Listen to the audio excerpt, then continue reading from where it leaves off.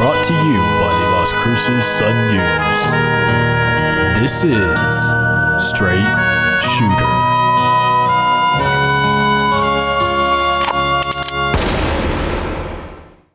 What is going on, everybody? This is Justin Martinez, aka Jay the Sports Dude, and if you are listening right now, let me just say thank you for tuning in to Straight Shooter, the podcast where I shoot from the hip and give you everything that you need to know about the New Mexico State men's basketball team. This is the third episode of our season-long journey, so if you're a returning listener, then welcome back. I missed you, and if you're new to the program, well then welcome to the family. Where have you been all my life? I'm coming to you guys from a place that I like to call the Saloon. So Barkeep, what do we have on tap for today? On tap today is a recap of this past week's games, interviews with the team, and a preview of the rivalry game with UNM. Alrighty, thank you, Barkeep. Let's get started. I have my lasso in hand, and it's time for our post-game roundup, where I round up my thoughts from the most recent New Mexico State game. But in this case, guys, there is so much to round up, and that is because the Aggies have played 3 games in the past 6 days. Now, New Mexico State went 1-2 during that stretch with a win against Southern, sandwiched between losses to UTEP and Arizona. So in order to get all of my thoughts into our 15-minute time frame,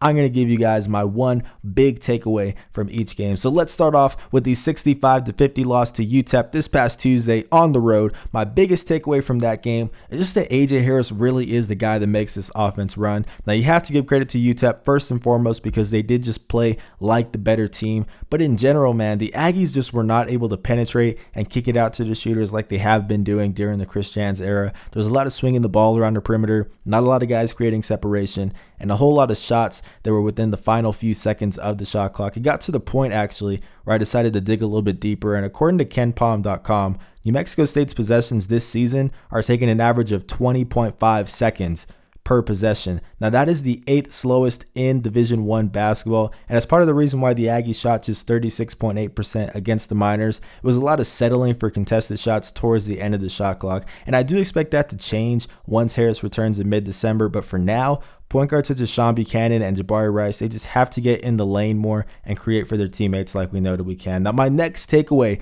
comes from New Mexico State's 79-63 win over Southern this past Thursday at the Pan American Center, and it's that Sean Williams is finding his groove with the team. Now, the Eastern Carolina transfer put up 10 points in what was, let's face it was pretty much a warm-up game against Western New Mexico to start the season. No disrespect to the Division II squad, but everybody really faced their first test when they went out to El Paso and faced UTEP, and Williams in particular did not fare well. He got shut out, 0 points in 22 minutes on the court, but that changed in the game against Southern when he dropped 17 points on 4 for 6 shooting from deep. I tell you what, you need to know where the fire exits are at all times when this guy is on the court because he will ignite a run like it is nothing. Now, when I asked him after the game how it felt to get into a rhythm like that, he said, "It's about time." And I don't blame him, guys. Now, joining a new team always comes with a learning curve, but it really does look like he's becoming more and more comfortable with this group as every game passes by. And that's going to be huge for New Mexico State if he can continue to give them some bench scoring in addition to somebody like Jabari Rice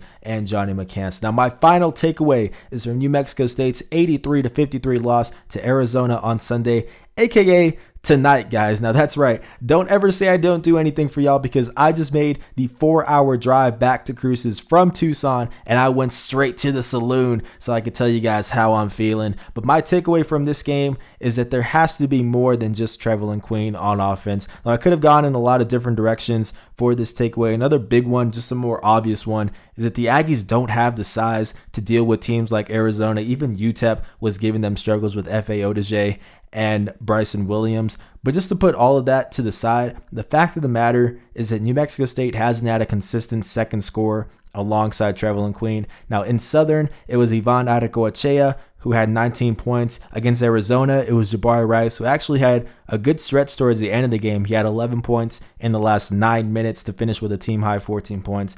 But pretty much on way too many possessions, the Aggies just didn't have someone to make a play and get a bucket. But wait, I think I have a solution, guys. Now, you can't see me right now, but there is a little light bulb going on above my head. Can I get a sound effect for that? Oh, shoot. Okay. Okay, the light bulb fell, and there is glass there. Barkeep, can you come clean this up?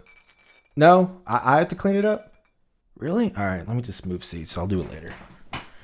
All right, well, anyways, guys, there is a pretty simple solution to this. Now, remember that guy that led the Aggies in scoring last season, the only one to average double-digit points per game? What was his name? I keep forgetting. I think it was Terrell Brown. Yeah, he's still on the team. Now, Brown has been dealing with a strained groin since the summer, which is why he hasn't been his usual self in his 3 appearances this season. Terrell is averaging 7.5 points per game, nearly 4 less than last season. And he's someone that you guys are constantly asking me about on Twitter. How is Terrell Brown doing? Is he going to play this game? Is he at full strength? Is his injury nagging him? Now, I can really only speculate so much, and Jans can really only tell me so much also, because it is an injury that can change on a day-to-day basis. So for the first time this season, let's actually hear from the man himself, guys. I got to talk to Terrell after the game against Arizona, and here's what he had to say about where he's at right now health-wise. So Barkeep, change the channel real quick while I clean up this glass. I know you've been dealing with, is it a hip flexor or a groin? Groin. Recently, just where you say that you're at right now in terms of your game and just health level?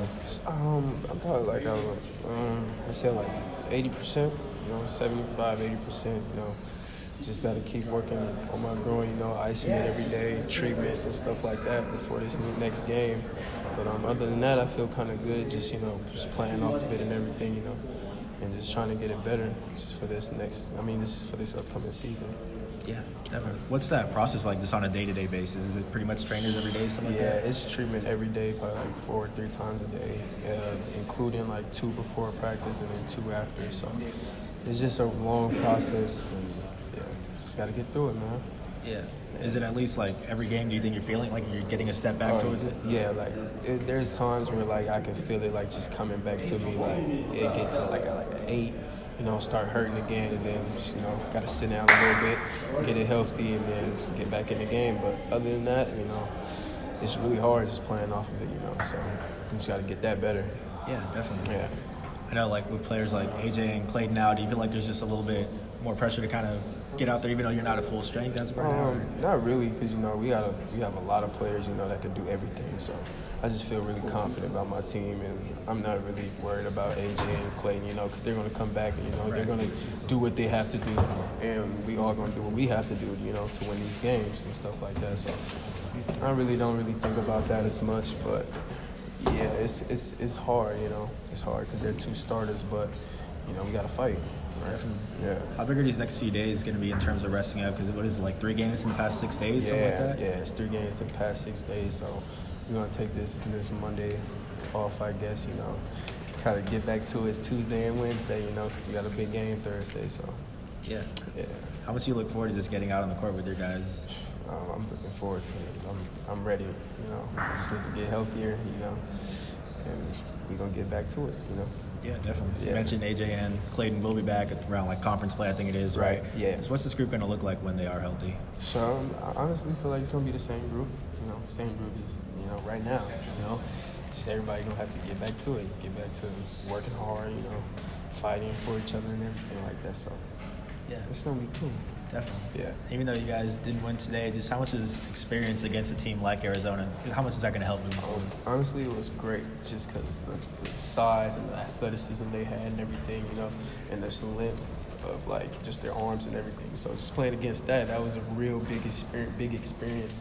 Just so like Pac-12 and like Big 12 schools, like they're actually bigger. So once we get to that March Madness, and that's what really going to help us just because of that game. Yeah, those are teams you're going to be facing. Right. Pretty much. Exactly.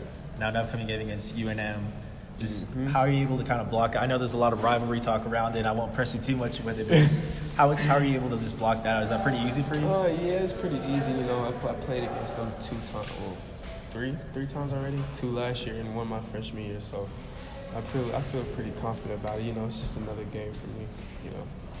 Just go out there and play hard. Definitely. Nothing to it.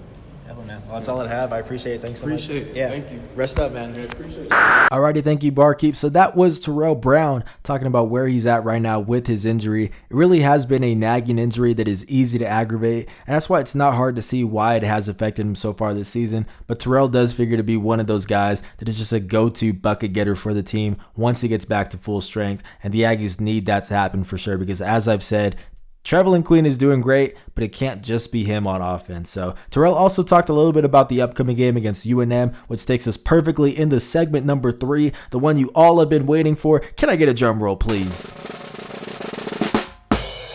So up next on the schedule for the Aggies is a home game against their rivals, the New Mexico Lobos. And as I'm recording this, UNM still has a perfect 4-0 record on the season, but the Lobos do have a road game against UTEP this Tuesday at 7 p.m. So that'll be a great direct comparison since the Aggies have already played the Miners. But either way, here are the top players that you guys need to know about on this New Mexico squad. And the number one player you need to know about, really the number one name you should remember if you're going to take anything away from this podcast, is the name Jaquan Lyle. Now, he transferred over to the Lobos last season from Ohio State and sat out the year, but now the redshirt senior is in the mix, and let me tell you, he is making up for lost time. Lyle is averaging 19 points and 6.3 assists in 30.5 minutes per game, which are all team highs. He is a 6'5" senior that is a true penetrate and dish point guard. He doesn't have a lot of speed to him, but still he has great length and strength at that position. And I think he can still be a little bit too passive at times, which I know sounds crazy because I'm saying that he's averaging a team high 19 points per game,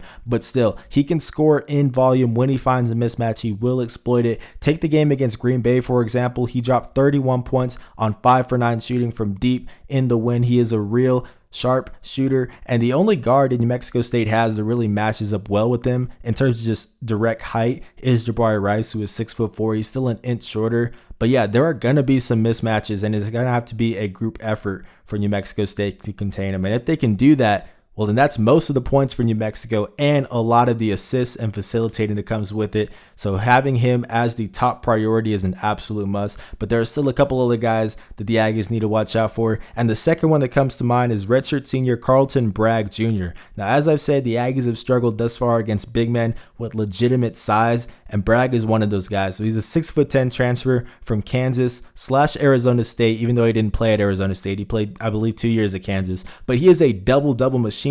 He's averaging 11.8 points and exactly 11 rebounds per contest this season for the Lobos, and we'll see if Yvonne can battle down low with him and keep him off the glass, because like I've said, players on Arizona and UTEP, their bigs have just really given the Aggies problems so far, and it's going to be huge to not let that happen again against New Mexico. Now, our final guy to watch out for, I apologize in advance, my guy. I know I'm pronouncing your name wrong, but it is Corey Manigal. Now, this is a 6'9" senior forward who dropped 20 points on the Aggies last season, and he's been on fire to start this new year off of the bench. Now, he is averaging 15.8 points per game in just 18.8 minutes per game, and that is serious efficiency. And the way he is able to do that is that he is a real instigator. So he loves to be aggressive and get to the free throw line. He's actually already attempted 26 shots from the charity stripe so far this season in 4 games. Now, keeping him off of the line is obviously going to be crucial for the Aggies, but just in general, matching the bench scoring that the Lobos have is going to be huge for the Aggies.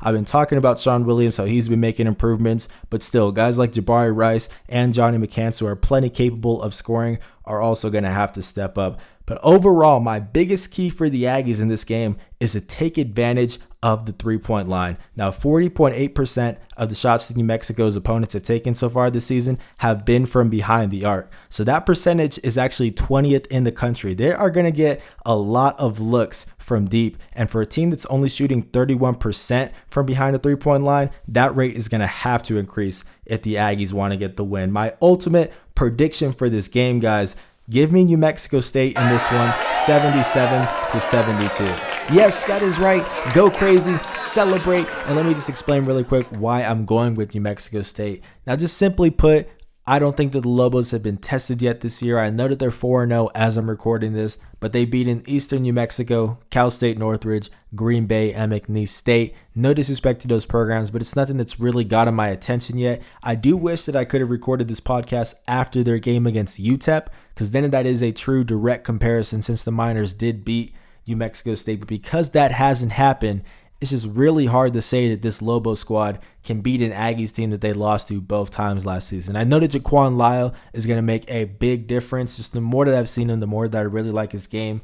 But it's not like it's the same UNM squad from last season that is just added, Lyle. They did lose Anthony Mathis, who was their leading scorer last season, so they do have some holes to fill. And because of that, I'm still going with the Aggies despite their injuries. I'm taking them at home in that environment. I think it will give them the slight edge, but it is going to be a very close game, and I cannot wait to go and cover it on Thursday for you guys. But that is going to do it for episode 3 of Straight Shooter. Thank you so much to everybody that has shown support on social media. And also thank you so much to everyone that has shown support whenever I see them in person. Shout out to Anselmo and the rest of the traveling squad that I was talking to before the game at Arizona. They made it out there to Tucson, and it was really cool to talk to them. But just thank you in general to everybody that has shown support, because it really does mean a lot to me, guys. I love putting this podcast together for you, and I appreciate all sorts of feedback that you'll want to give. But like I said, that is going to do it for episode 3. This has been Justin Martinez, aka Jay the Sports Dude, and I'll see you guys next Sunday. I'm out.